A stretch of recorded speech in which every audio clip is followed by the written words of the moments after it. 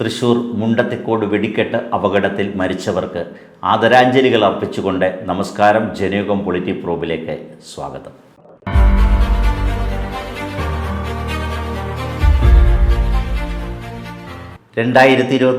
July 30 രാത്രി കേരളത്തെ നടുക്കിയ സംഭവം.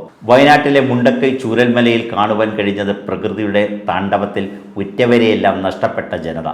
ആ ദുരന്തത്തിൽ തകർന്നടിഞ്ഞ ജനതയുടെ കണ്ണീരൊപ്പാൻ അവരുടെ ജീവിതം വീണ്ടും നട്ടുനനച്ച് തളിരിടാനും മണ്ണും വീടുമൊക്കെ ഒരുക്കുവാനും യുദ്ധകാലാടിസ്ഥാനത്തിൽ ഇറങ്ങിയത് കേരളം ഭരിക്കുന്ന ഇടതുപക്ഷ ജനാധിപത്യ മുന്നണിയും റവന്യൂ മന്ത്രി രാജനുമാണ്. കൽപ്പറ്റയിൽ 64.471 ഹെക്ടറിൽ 410 വീടും അനുബന്ധ സൗകര്യങ്ങളുമായി മാതൃകാ ടൗൺഷിപ്പ് പടുത്തുയർത്തി. എല്ലാം നഷ്ടപ്പെട്ട ജനതയ്ക്ക് അത്താണി ആയി നിന്ന് വീണ്ടും ഒരുമിച്ച് താമസിക്കണമെന്ന അവരുടെ ആഗ്രഹം സഫലമാക്കിയ LDF സർക്കാർ പടുത്തുയർത്തിയ മാതൃകാ ടൗൺഷിപ്പിൻ്റെ പേരിലും ഇപ്പോൾ കള്ളക്കഥകളുമായി രംഗത്ത് വന്നിരിക്കുകയാണ് കോൺഗ്രസ്.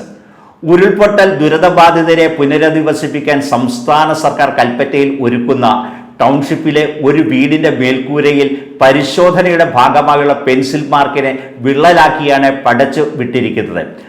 വീടുകളുടെ പരിശോധനകൾക്കിടയിലുള്ള പെൻസിൽ മാർക്കാണ് വിള്ളലായി ചിത്രീകരിച്ച് വിവാദമാക്കുന്നത്.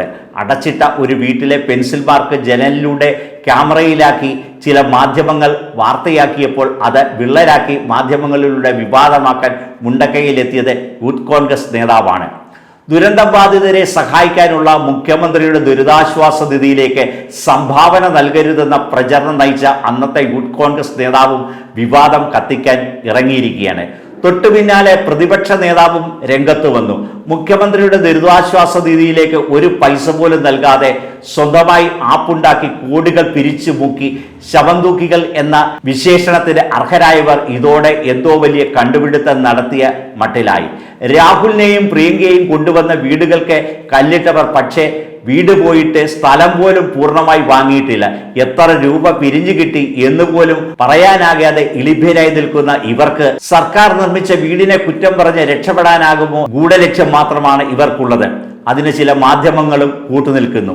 വാർത്തകൾ പുറത്തു വന്നതോടെ സത്യാവസ്ഥ മനസ്സിലാക്കാൻ ആ വീടിന്റെ മേൽക്കൂര പോയി നോക്കിയതിന് റവന്യൂ മന്ത്രി K. രാജനെ കൂലിപ്പണി രാജൻ എന്നിവരെ വിളിച്ച് ആക്ഷേപിച്ചത് കേരളീയ സമൂഹത്തെ അവഹേളിക്കുന്നതിന് തുല്യമാണ്. അങ്ങനെ ആക്ഷേപിക്കുന്നതിൽ അഭിമാനം മാത്രമാണെന്നും കൂലിപ്പണി മോശം തൊഴിലാണെന്ന ബോധമാണ് തന്നെ ആക്ഷേപിക്കുന്നവർക്ക് നയിക്കുന്നതെന്നുമുള്ള മന്ത്രി രാജന്റെ മറുപടി ഇത്തരക്കാർക്കുള്ള ശക്തമായ മറുപടി കൂടിയാണ്.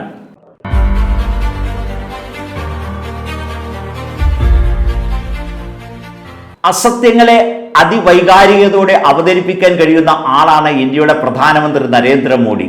വനിതാ സംവരണത്തെ ഇന്ത്യയിലെ പ്രതിപക്ഷം അട്ടിമറിക്കുന്ന രാഷ്ട്രീയ കള്ളക്കഥകൾ പറയുന്നതിൽ അദ്ദേഹം തന്റെ പ്രധാനമന്ത്രി പദം ദുരുപയോഗം ചെയ്തിരിക്കുകയാണ്. അദ്ദേഹം രാഷ്ട്രീയ മര്യാദകളുടെ എല്ലാ അതിർവരമ്പും ലംഘിച്ചിരിക്കുകയാണ്. ഒരു പൊതുസമൂഹത്തിൽ അല്ലെങ്കിൽ രാജ്യത്തെ അഭിസംബോധന ചെയ്യുമ്പോൾ പുലർത്തേണ്ട വലിയ ഉത്തരവാദിത്വ ബോധവും സത്യസന്ധതയും ഔചിത്യവും ഇല്ലാതാക്കിയിരിക്കുകയാണ്. മോഡിയുടെ പ്രസംഗം സങ്കുചിതമായിരിക്കുന്ന രാഷ്ട്രീയ ലക്ഷ്യത്തോടെ വനിതാ സംവരണത്തെ മണ്ഡല പുനർനിർണയവുമായി കൂട്ടിക്കെട്ടിയ സർക്കാർ തന്നെയാണ് വനിതാ സംവരണത്തെ പരാജയപ്പെടുത്തിയത്. രാജ്യത്തെ പ്രതിപക്ഷത്തെ ഭിന്നിപ്പിച്ച് ബില്ല് പാസാക്കാമെന്നായിരുന്നു BJPയുടെ പ്രതീക്ഷ. അതാണ് പാളിയിരിക്കുന്നത്. പാർലമെന്റിൽ മോഡി സർക്കാരിന്റെ ആദ്യ തോൽവി എന്നാണ് പ്രധാന മാധ്യമങ്ങൾ ഭരണഘടനാ ഭേദഗതി ബില്ലിന്റെ പരാജയത്തെ വിശേഷിപ്പിച്ചത്. ഭരണഘടനാ വിരുദ്ധമായിരിക്കുന്ന മണ്ഡല പുനർനിർണയ ബില്ലിനെതിരെ ഒറ്റക്കെട്ടായി നിന്ന പ്രതിപക്ഷത്തിനെതിരായ പ്രധാനമന്ത്രിയുടെ അതിരുകടന്ന വിമർശനത്തിൽ ആ ജാലതയാണ് നിഴലിക്കുന്നത്. വനിതാ സംവരണത്തെ ബില്ലിന്റെ കാര്യത്തിൽ പ്രതിപക്ഷം ചെയ്തത് ഭ്രൂണഹത്യയാണെന്നൊക്കെയാണ് പ്രധാനമന്ത്രി പറയുന്നത്. അതിനാലാണ് മോഡി സർക്കാരിനെതിരെയുള്ള കെടുകാര്യസ്ഥതയുടെ ചരിത്രമാണ് പുറത്തു വന്നിരിക്കുന്നത്. കൺട്രോളർ ആൻഡ് ഓഡിറ്റർ ജനറലിന്റെ റിപ്പോർട്ട് പുറത്തു വന്നിട്ടുള്ളത് ഏവരെയും ഞെട്ടിപ്പിച്ചിരിക്കുകയാണ്. സാമ്പത്തിക അച്ചടക്കം ഇല്ലായ്മ എന്നതിന് അപ്പുറം ജനങ്ങളുടെ നികുതിപ്പണം ധൂർത്തിനും അഴിമതിക്കു വേണ്ടി കൊള്ളയടിക്കുന്നതിന്റെ ചിത്രമാണ് CAG റിപ്പോർട്ടിലൂടെ വ്യക്തമാക്കുന്നത്. എന്നാൽ ഇത്തരം റിപ്പോർട്ടുകൾക്ക് മോഡി ഭരണം ഒരു വിലയും നൽകുന്നില്ല എന്നുള്ളതാണ്. 50,282 കോടി രൂപ വിവിധ പദ്ധതികളുടെ പേരിൽ ചെലവഴിച്ചതിന് ഒരു കണക്കുമില്ലെന്ന് CAG പാർലമെന്റിന്റെ മേശപ്പുറത്ത് വെച്ച റിപ്പോർട്ടിൽ പറയുന്നു. ഭരണ സംവിധാനങ്ങളെ ചൊൽപ്പടിക്ക് നിർത്തുന്ന എല്ലായിടത്തും തങ്ങളുടെ ഇംഗിതം നടപ്പാക്കുക എന്ന തന്ത്രമാണ് കേന്ദ്രം കുറെ കാലമായി സ്വീകരിച്ചിരിക്കുന്നത്. ഇതിനായി ഭരണഘടനാ സ്ഥാപനങ്ങളെയും ദുരുപയോഗിക്കുന്നു. അഴിമതിയും ക്രമക്കേടുകളും ചൂണ്ടിക്കാണിച്ച് CAG റിപ്പോർട്ട് തയ്യാറാക്കിയവർക്ക് സ്ഥലം മാറ്റമടക്കം ശിക്ഷാ നടപടിയും കേന്ദ്ര സർക്കാർ സ്വീകരിച്ചിരിക്കുന്നത്.